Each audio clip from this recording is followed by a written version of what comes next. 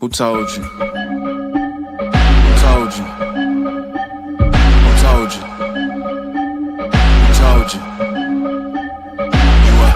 God design, God design. Boy, buddies, what's the deal? Good evening. Good evening, good evening, good evening. What's going on with my people? What's happening, boy, buddies? How you doing today? Oh, we so excited to be here. Thank you for joining. Thank you for joining. Let's get Instagram in here. What's going on with my people? I hope that you are excited as I am. Always excited to be here. It's a great day in the Boerboel world. It's a great day to be alive, don't you think? I am so happy to join you today. It's a wonderful day. I don't care if it's sun shining, if it's dark, if it's snowing, if it's cold. I'm happy and I'm gonna have some fun. And I'm gonna listen. If you don't know what's going on, this the Boerboel show. This the dog life around here. And here, you're here because this is what we're going to do today. As we always do, we're going to celebrate what we believe is the best dog on the planet Earth. The very best dog, the South African Boerboel. And I am the Boerboel man, coming to you from 20 years of experience. It's 2026, right? I started in 2006 with the Boerboels, and I was just so crazy about these dogs that I had to have them, and I just been breeding them ever since. And I learned a lot along the way, and I'm here to share with you through my experience information that will arm you as well as defend you. Knowledge is power. And here we exchange information. We here to share and help you, aid you in your Boerboel journey, enhance your relationship with your dog, make you a better dog owner all the way around. It doesn't matter if you have a Boerboel or not. And today we got a very special episode. Let me slam this link up because you feel free to join us if you would like to, because this is about the community and you're free to join. You're free to join and share with us your experience.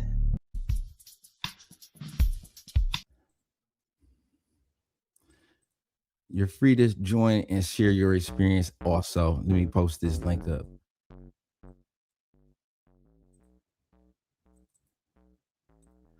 Oh, we got a good one for y'all today. Listen, board buddies, it's going deep. It's going deep.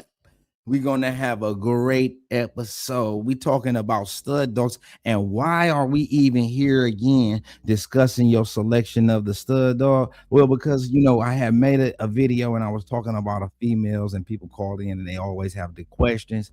Should I get a male or should I get a female? And I made a little video and I explained that if you have that question, it's probably best for you to get a male, because this takes knowledge in a female rather, because it takes a level of understanding. If you're going to have a male, you need to have a plan. And some people say, man, I heard with the video, I like the video, and you made a lot of sense, but I still want to get a boy anyway. And I said, you know what? Well, cool. I'll make a whole episode about that and I'll just break it down so you can have a reference, because you do have to have a plan. Because I'm going to explain something to y'all. A Boerboel is not a toy. Never was meant to be. It's a tool. And we talking about a big, strong, powerful dog. We're talking about something serious that could be potentially lethal. And you set the dog up we want to make sure that we setting the dog up for success. Then that takes a level of understanding. So we're gonna break it down, board buddies. This is the Boerboel breakdown. And so we want to just get into, for the most part. Hold on one second.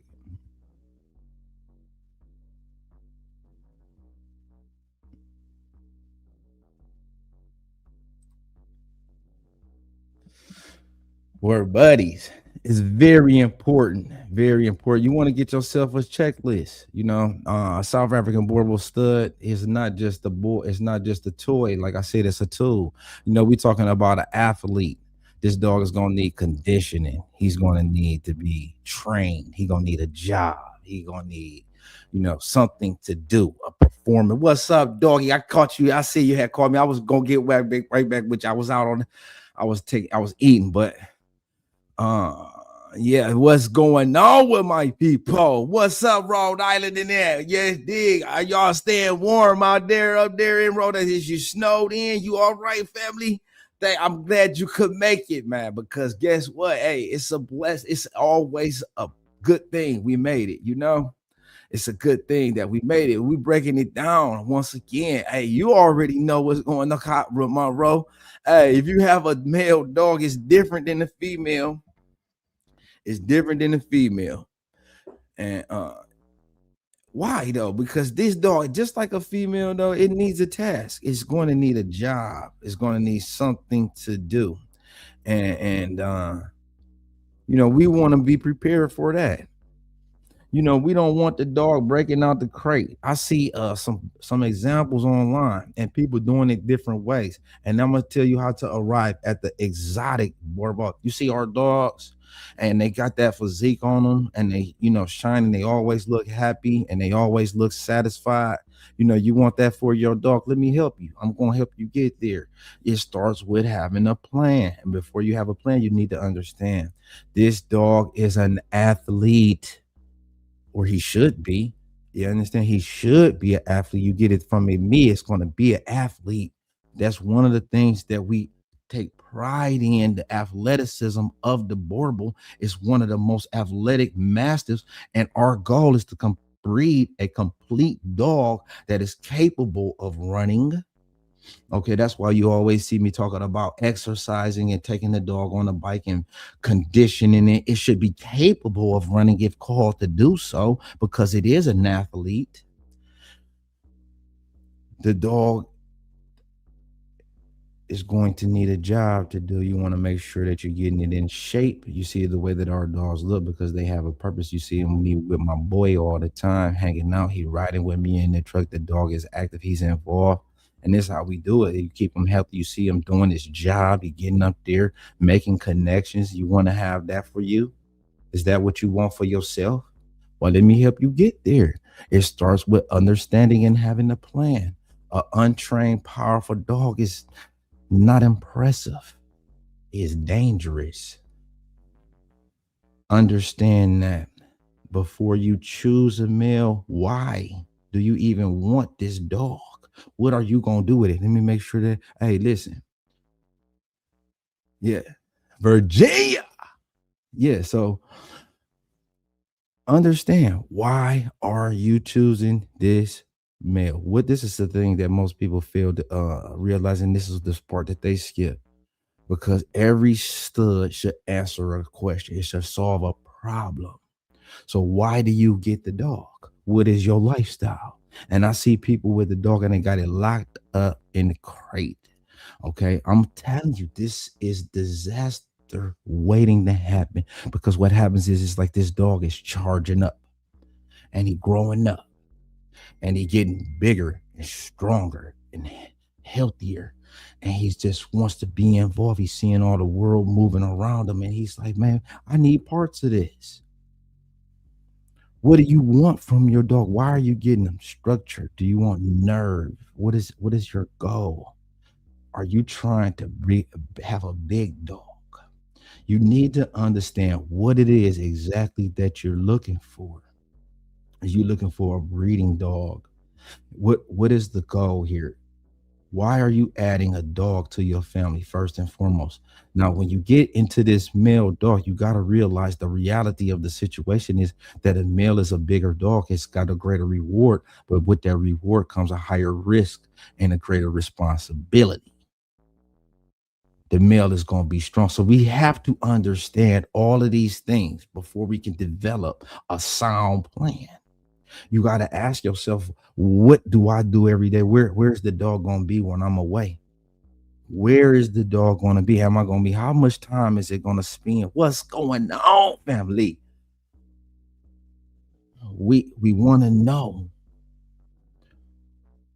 We want to understand. We got to take a real serious look at ourselves. Every 3 or 4 days or every couple of days, do I got an hour to spend outside, no matter the weather's rain, sleet, or snow, sunshine, 100 degrees, 30 degrees? You see me out there with that males out there, making sure that he cool, he's advanced, doing his job, understanding that he have a purpose, that he have a reason for existing, that I got his back, and I'm not gonna let him down. I'm gonna give him leadership, and we're gonna give him activities and something to do. And that's the goal here. You got to give a dog something to do, especially when you're talking about a Boerboel male that's gonna be big, 160 pounds, with a level of energy, with so at least mandatory minimum 140 to 160. It could be more, it could be less. And then we talking about energy. We talking about a dog with an instinctual drive to do something, to move around. He's got these muscles. He's got this physique. What are you going to do? He's got this instinctual drive to be a part of your life. He want to know what's going on. Every time you leave, he's sitting up wondering, where are you going? Why can't I go? And it just ends up getting to the dog. Take me with you. I gotta, hey man, I'm running around. I see these dogs in the crate. If you're trying to set your Boerboel up for a crate, I was talking to a lady the other day, and I got ahead of myself. You gotta be surprised how many people, because I'm setting myself up for success. I'm setting my dog up for success. How many people that I have to turn away because, you know, they don't have a complete understanding, and that's what I'm here to break down for you. It's the Boerboel breakdown. I'm breaking this down for you. You want to get a meal, I want to set you up for success. I don't want you to fail. And so I have to turn a lot of people away because I'm listening to them and they get this idea that they want to have a teddy bear, and they think that because it says companion and it's big and furry and cute, that you finna sit on the floor and hug it. It's not like that. It can be like that after you have met the dog necessary energy and exercise requirements. Okay, you have to meet the dog. You gotta have a plan to address this energy. So when you're looking at a litter, you're gonna ask yourself, how much I don't need a dog that's running around bouncing off the walls, bouncing off the other dogs, acting super involved. If that is not the type of character that you have, because then you're setting yourself up for you. It's beyond a cute face. This dog is so much more than a furry face. It's not a teddy bear. And people get the wrong idea, and I'm trying to help you get a better understanding.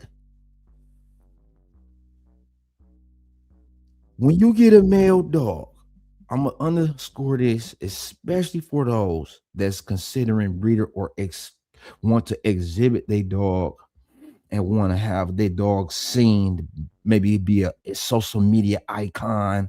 If you plan on studying your dog, this one right here is for you. Pay very close attention what I'm getting ready to say, because when you're selecting this stud dog, particularly if you got plans on breeding, you get you a stud dog. You're stuck with them. All right. If your dog is not up to par, if he don't look the part of a stud dog, if he's not conditioned, if he doesn't have that muscle, if he doesn't have something of value to contribute to someone's life that is evident, that can be seen, and you got a media, just because it's a male don't mean that he's a stud. Just because you a man don't mean you should have pups, babies. Understand this. Every male is not going to be breed worthy. And that's part of the issue with breeding and breed communities and understanding breed populations, because that is, remember, we started out with 72, but not all of those dogs were contributors. All of those dogs, all of those studs, Every generation, we lose a little genetics because people are drawn to the desired stud. You got to have a stud dog that's desired. And I see a lot of programs that could be going so much farther and higher because they stud, but they lack that stud dog. You gotta females, don't get me wrong, they're very important. But if you once so your selection of a stud dog, if you're looking to be a breeder, I say get you a female first, and then you go to the best male that you could find, that you could access to, and breed your own male. And that way you have the complete understanding of how he grew, his development. You can really pick your flavor, exactly your brand, and build off of. If you get a male and it's the wrong one, and you become attached to this male, and you like this male, and you got a feeling, a strong feel for this male, and you want to make this male something that he's not, people become, and I see it happen all the time because we love our dog. We see value in our dog. He's with us every day. He does this for us. He makes us feel good. That's how we feel about the dog. You got to be putting yourself in other people's shoes and be real with yourself. From an outside looking in, you got to be able to look at yourself from the outside looking in and look at your dog from the outside looking in and ask your dog, excuse me, you got to ask yourself, do people even want to breed? Is going to want to breed to this dog? What is he bringing to the table? And you got to be having the eye for that and be able to see that and be able to recognize that from the beginning. And you got to be conditioning yourself and training your eye by studying the breed and studying the dogs and looking for these different characteristics and traits and features that people are drawn to. What makes the Boerboel is desirable? What can this dog add? And we're gonna get into, you know, values of the breed coming on up, coming on up. See, once you get this male, he is your responsibility. Ain't no way, it's your dog. Female, a little different because you can pair her with other dogs. So it's one male. Another benefit that we want to understand why a male is so important because of the way that he can contribute to the breed, the way that he can affect a population. And that's what we see happening in the breed, and why it's important to keep the books open, which is very, what I would say is, what Sabs, that's one thing that I like, regardless of what they say about the dogs, the being lost to the whatever, but you can pull up on a farm and then they see that a dog that could add value, and regardless of the lineage or the history, they still will add those dogs in from Sabs and have those contributors, and that it keeps the gene pool varied and flavorful and plentiful with fresh genetics. And I think it's a beautiful thing, and it's smart. It's smart. It's not completely like the traditional system of dogs to keep the stud book open. And that allows, because what happens with dogs is, like I was saying, all these dogs we begin to lose genetics. We get more dogs, we get the more desired type, we as we begin to refine the breed by breeding towards desired males that have the conformation or have the features or have the desired characteristics and traits. What happens, that's why a male is so important. He can contribute so widely to a breed, have a much more bigger impact than a female, because he can sire 6 or 7 litters in a season. That's a bitch's whole breeding career. 6 or 7 litters, he can do that in one season. Versus a female, that's her entire lifespan. That's her whole entire breeding career, her whole entire breeding life. He can do that in one. So, and then again, if you get a dud, he could shoot 6 or 7 blanks. So you want to be careful with your population, and that's why if you see us, what like I will give you a perfect example with a dog like his Cairo. You know, if you see how we breed, we produced like a generations of dogs off of this one dog. For example, like if you notice, what we'll do is if you follow our breeding program and our schematics, we tend to include these very strong, prepotent producing males that have these very strong characteristics like Cairo, or have this very strong, we already have it locked in on the female side with our structure and the fertility and our mothering ability and all of those maternal instincts. And what we look for is these really strong, prepotent characteristics that's being passed down from generation after generation. And then we go to that male. We have studied and analyzed the pedigree, broke it down like a scientist, and looked at all of these different traits and characteristics and features and stuff. If you look at what we did with Cairo, and we look at what we did with Bagheera, how we used those dogs where we had options. We could have bred to Bagheera's brother. We could have used his brother. His name was, I forget his name, Thanos. He was there also. He was much bigger, 170 pounds, but that dog was, it looked to me unfit for breeding at 170 pounds. Whereas when we looked at Bagheera, he was running around, jumping on other dogs, behaving like a big dog, behaving like a stud dog, running up, sniffing dogs. You know what I'm saying? I like that. That's what that, and it was noticed. Another, none of the other dogs, they was all behaving. It was really interesting too to pop up at this expo when I met that dog. But Cairo was there. We was showing another strong featured dog. And a good male, the point that I'm making, has unlimited potential. So you see, when we see a male that we use like Bagheera, like Cairo, and we include that into our program, and we see that the combination is working with our exotic line that has already been established. We breed to that male 6, 7 females, 2, 3 seasons in a row. And then we able to arrive at a strong sampling of that dog genetics. And then from now dog genetics, we able to pull down certain ones that we really like.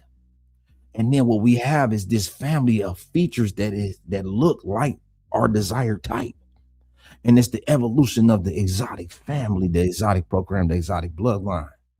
So a good male, this is how we do it. And this is not the only way to do it, but you tuned into the exotic way. This is how we do it: multiple directions, multiple males, multiple different combinations, but it's the same family. We use no weak, unstable males. We use no males that can't breed. Now, we don't use males that have breeding issues. A male has to count. Every breeding counts. And it can be so disappointing.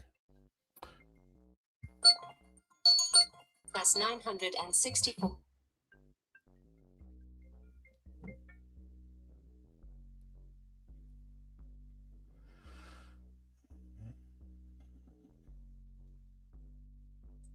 I'm sorry about that, boy, buddies. I got off track.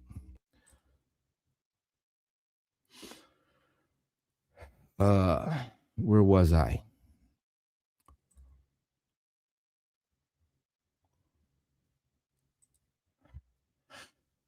So we talking about breeding. I get way off track with that. Let's get back on track. Mental preparation. You need to be preparing yourself mentally. What am I going to do with this dog? What is my plan? How is he going to fit in? He's going to have big muscles. He's going to be strong. He's going to have endurance. He's going to be an athlete. I don't want him to be fat. I want him to look good. I want him to be healthy. I want him to be strong. What is my plan? How am I going to arrive at this dog at his greatest potential, where he's stable, he's an asset, he's not a liability, he's not destroying my stuff? I mean, because he can do so much damage in a short amount of time. You want to be mindful of this, right? You need work that drains the mind as well, not just the body. Remember, the Boerboel has a strong, high level of intelligence. Okay, so 9 times out of 10, now this is what I do to keep my dogs. If you ever notice, it's always quiet, that you don't hear dogs barking stressed out. It doesn't sound like a kennel. Dogs is always around. What I do is I run my dogs until they sweat, till they like can't even they just don't. I take a bike and run them, or put a sled on them and make them work in the snow, and they're very extremely exhausted. That helps out so much, and then they just leave me alone because they know at a minimum, at any given time, I could take the dog.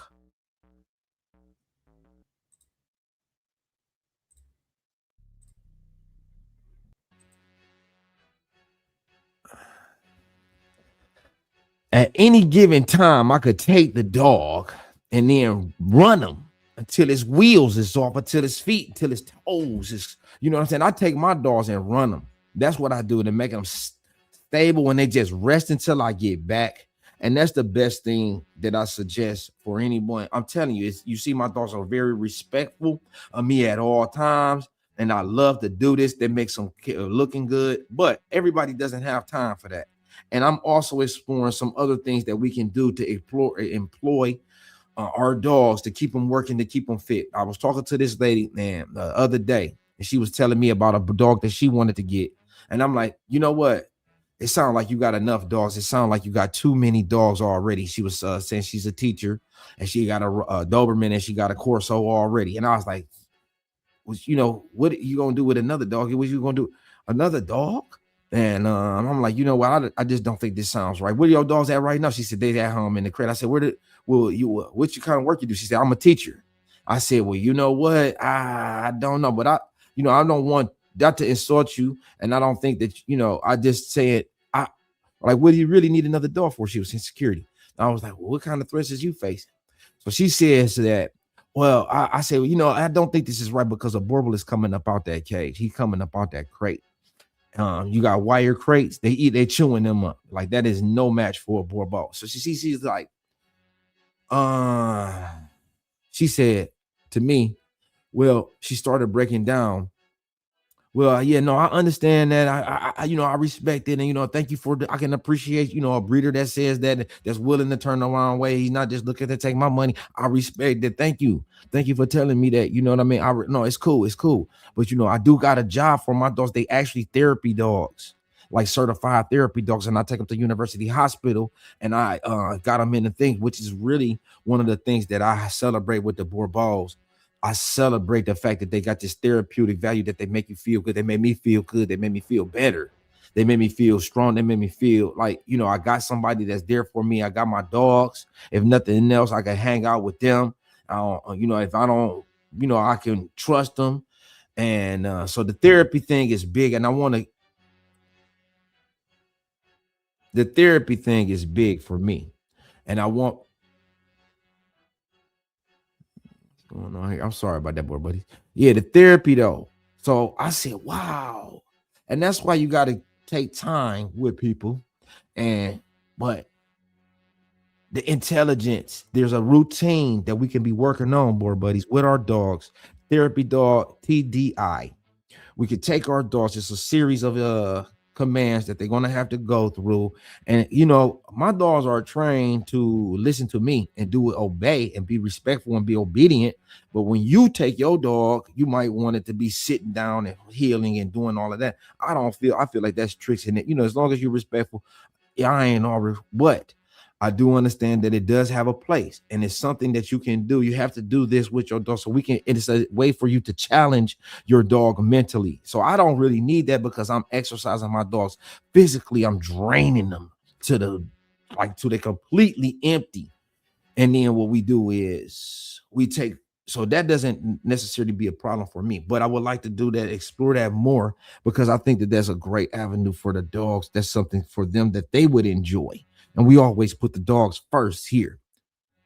Board buddies, that's just about it. That's 30 minutes. And I think that we covered a lot. I think that I gave y'all some things to think about. I hope that you feel a lot better and secure that with if you're going to get a mail, that you got some things to think about, that you look at the idea, that you know that these dogs can be risky, that it's not a teddy bear, that he gonna need to be firmly led. He needs leadership. It's required. It's not an option. Training and discipline is required. It's not an option. Stud dog is going to be a great contributor, got the potential to be a great contributor. So you got to be very careful how you choose them. If you want to be a breeder, my suggestion would be to buy a female and then start with a female, raise your female, go to the desired male that has the traits that you're looking for. You want to give these dogs a job. They're very smart, they're intelligent.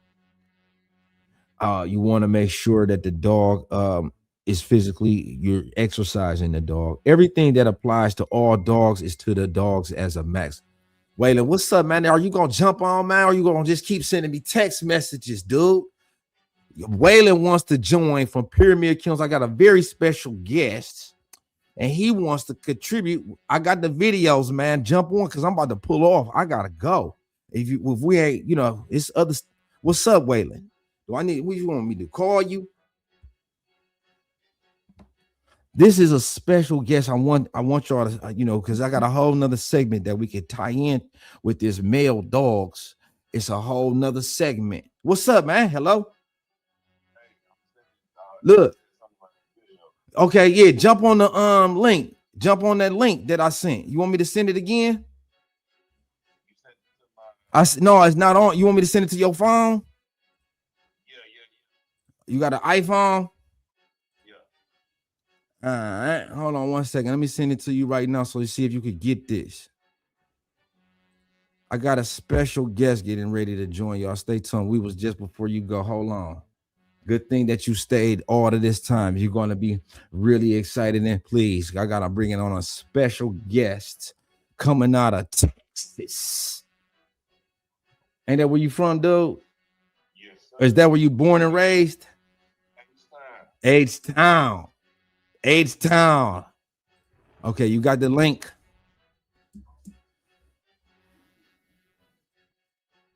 There we go. All right. Now Waylon is bringing in. He's a specialist. He's an enthusiast of the colors, and we're going to be talking about how they can contribute and the value and the relevance. If you desire these colors, people might try to tell you to get away or run away from the colors. Let me tell you something. That could be a grave mistake. What's up, Waylon? You hit that link, man. Come on, jump on in here, man. Now that I got everybody waiting on you. There you go. Waylon? Waylon.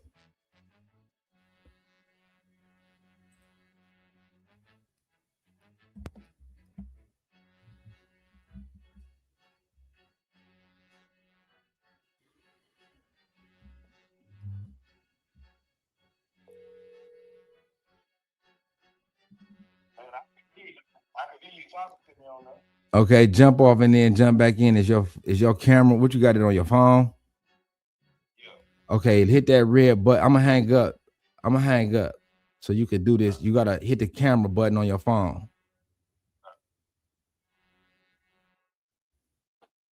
What's up, Sykes? There you go. Yeah. What's up, Waylon? Introduce yourself, Waylon. What's good, good people out there? What's up with you, man? Let everybody know Waylon is from Pyramid Kennels. Give us a little bit of your background, Waylon.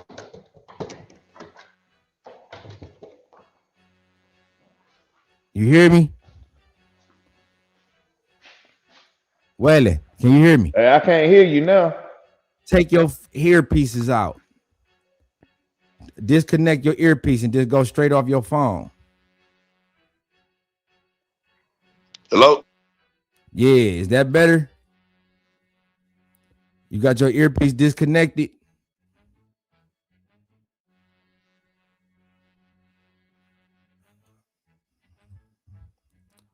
While we wait on Waylon to get his, he gonna probably reconnect or something. I'm gonna show y'all some of these beautiful dogs and it's quite the controversy. Can you hear me? Yeah, I can hear you now. Can you hear me? Okay, yeah, there we go. Yes, sir. Yeah, I was just getting ready to show the people the dogs. Let everybody know, Waylon, what's going on. Give us some of your background, man. All right, this is Waylon. I'm here from Pyramid Kennels out of Houston, Texas. A little bit about me. I've been breeding right at 30 years. I know that's a long time for somebody as young as me, but I've been in the game for a long time. Started with pit bulls. Matter of fact, we go back in my family to Dobermans and Rottweilers. But you know, I went through there, went through my game dog phase like pretty much the rest of us.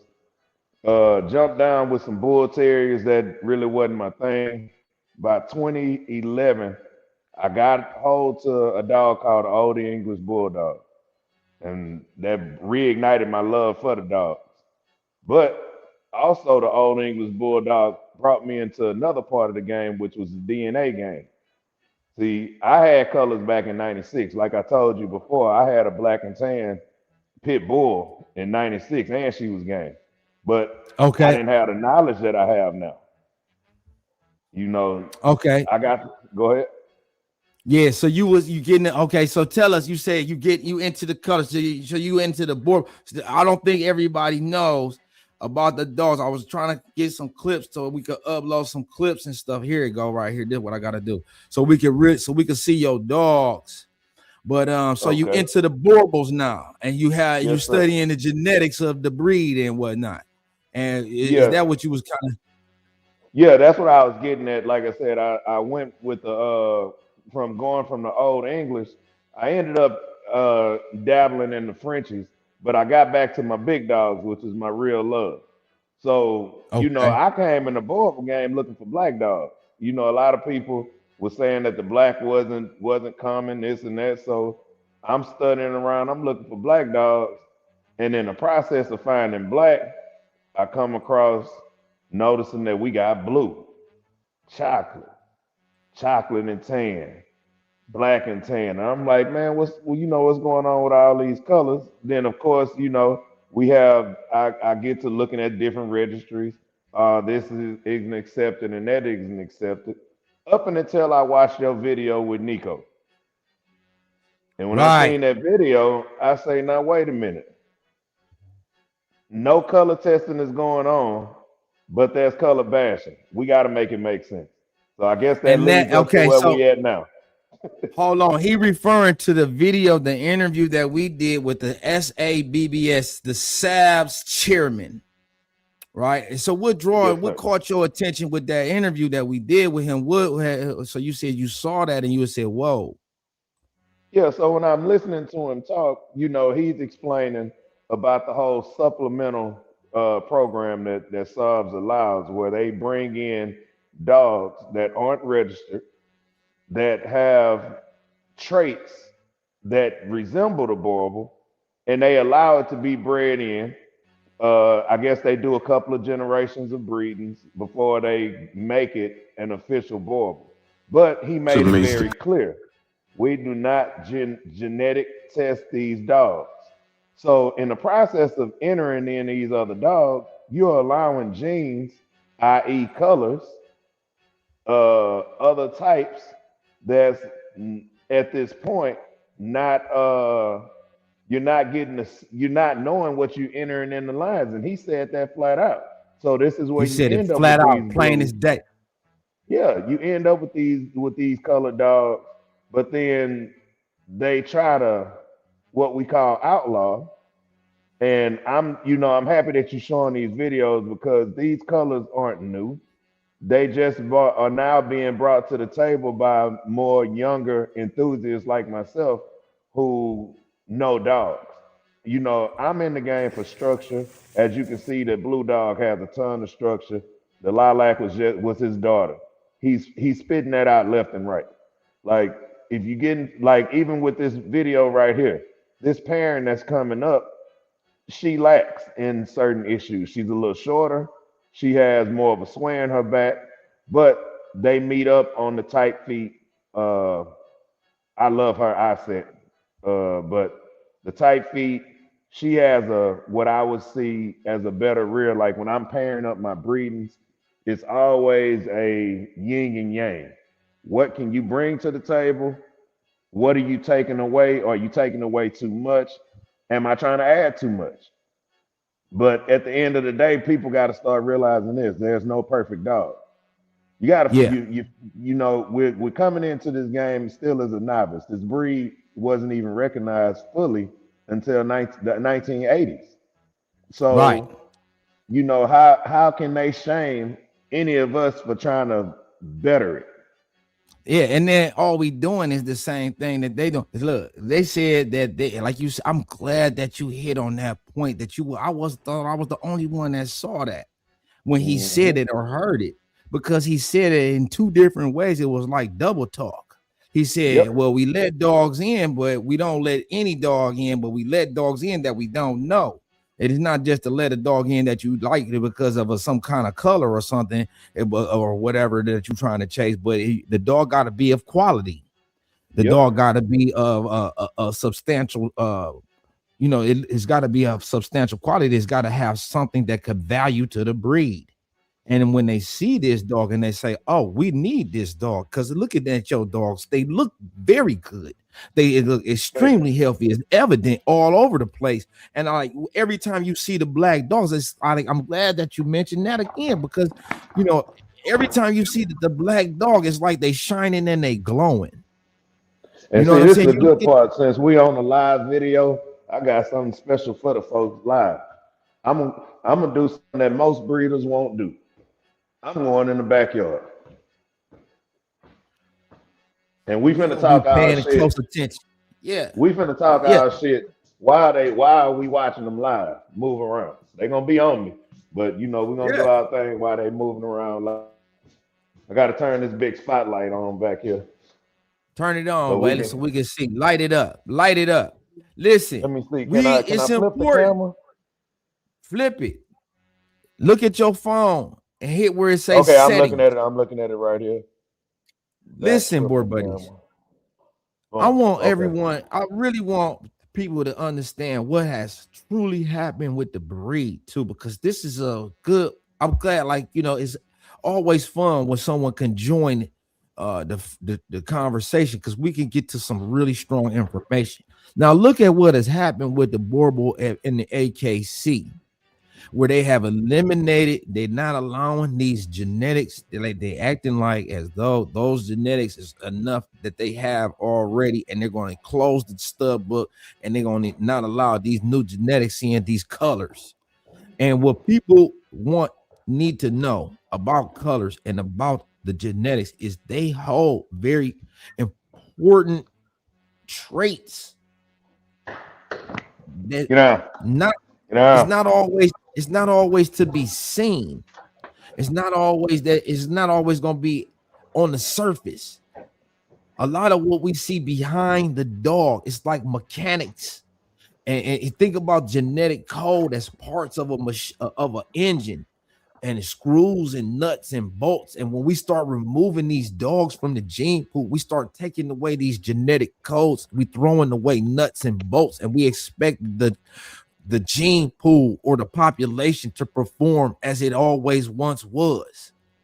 Man, them Yep. some good looking dog. You see the health though. Come on, that's important. Now imagine we just do away with all dogs just because of the color, because of that. This is the answer for the future of the breed. That's why we Yep. chased it. That's why the colors is important. This is the key to genetic defects, to the genetic illnesses. This has already been happening with other breeds where they eliminated these because of this color, something as ridiculous as the color. When you got beautiful working dogs, athletic, healthy, functional, muscular, equality. You look at my black and tan bitch, that bitch hair just shining like she got a ultra sheen. Yep. Like somebody rubbed that bitch down with that blue hair grease. Look like she Yep. got way. That's that old school grease. I already know what you're talking Yeah, about. yeah. All the dogs' coats shining. Dog. So let me know how old. They want to know how old Okay. are they? So we right here. This is a 7, 8 month old puppy right here. Uh What? red. what would she be considered? Red with a black mask. We You said have what? That's the red with a volume. black mask. Oh, My that's on volume me. too Okay, low. red. No, Okay. go ahead. You good? Yeah, we got my red with a black mask right here.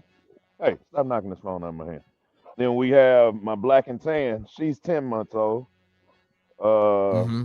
both lilac girls have just turned 10 months.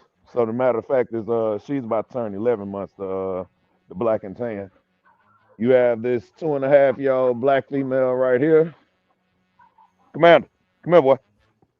And then you got the man of the house, my blue boy, which is the stud, the dad to the Lilacs.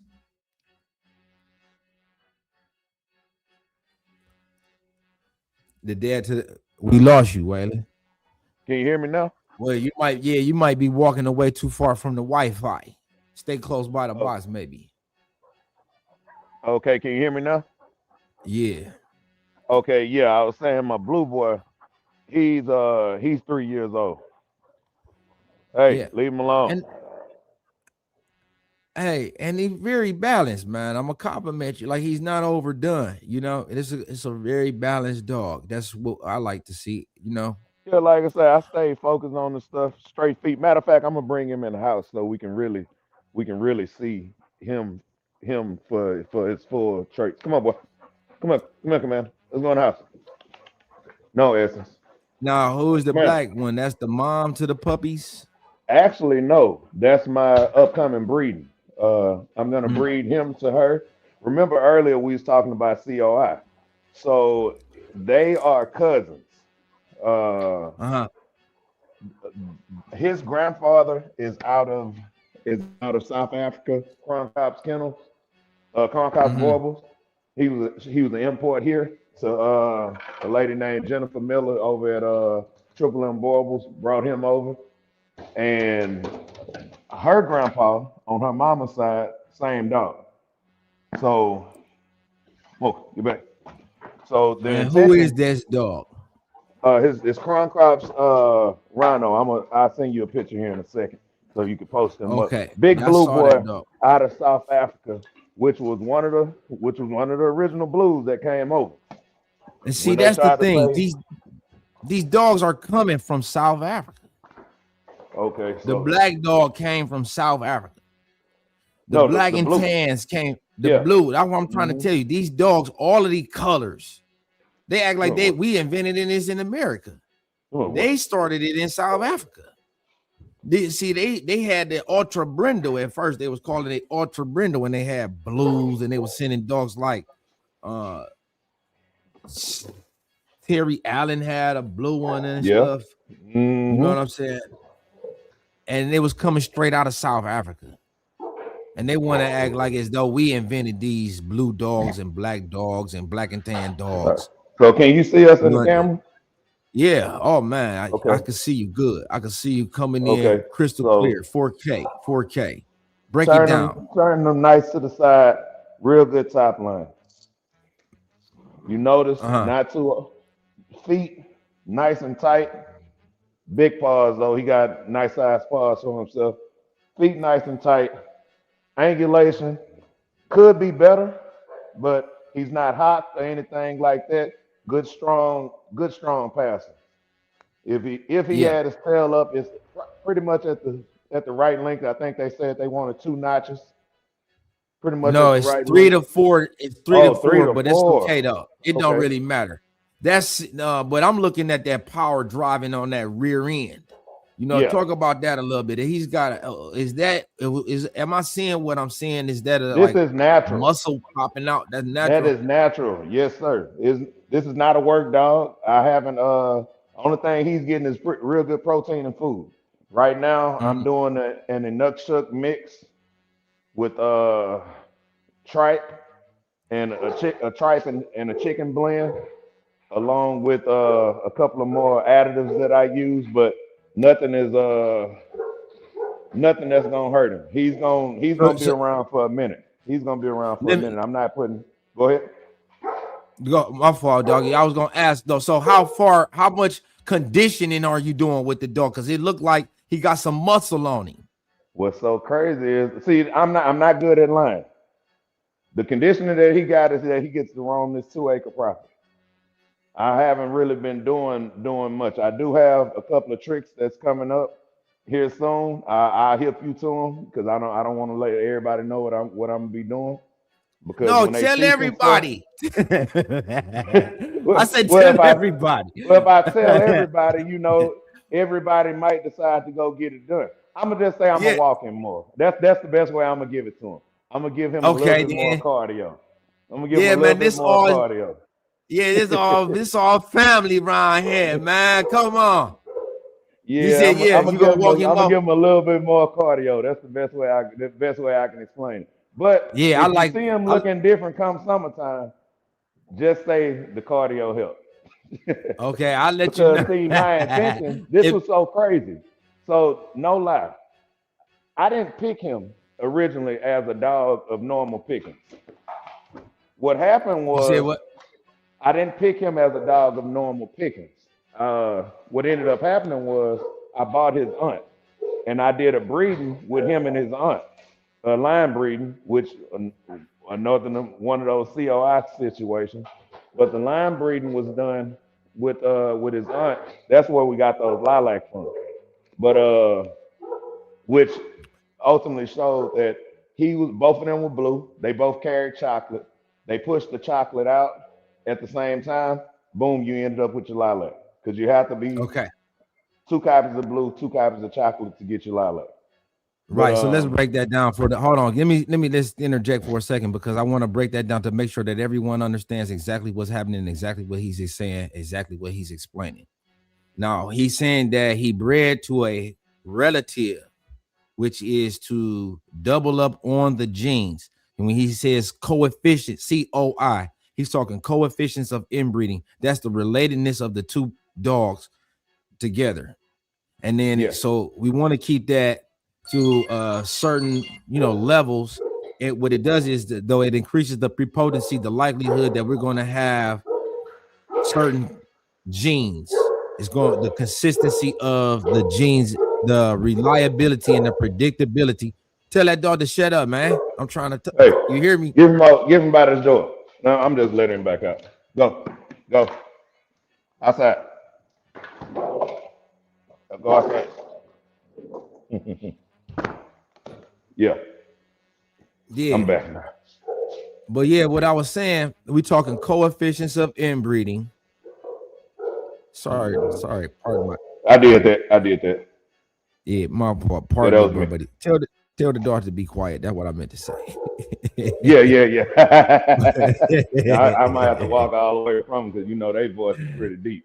Man, yeah, it's okay. But we talking Yeah, coefficients of breeding. That's the relatedness of the parents. And we look at that, we don't want that to get too high. And yeah, domesticated animals, they try to keep it like very low. Because once you start to get too high, you also increase the likelihood of expression of defects, expression of recessive mutations. But in some cases, we desire those mutations because they are preferred, like because we trying to lock in and answer yes, a key, like the genetic code. We trying to isolate the colors in this case, right? yeah. And in my case, what I thought I was doing was going after. So he's blue. His aunt was blue.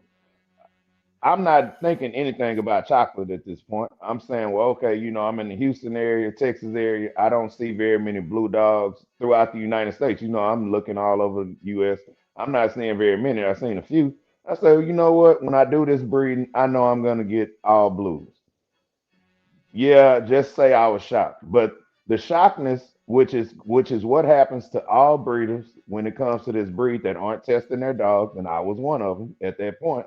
The shockness came when I ended up with two lilac dogs. And how I ended up with lilacs because I did not test to find out what genes was still floating around in these dogs. And yes, Rhino from over there, he's the common denominator here.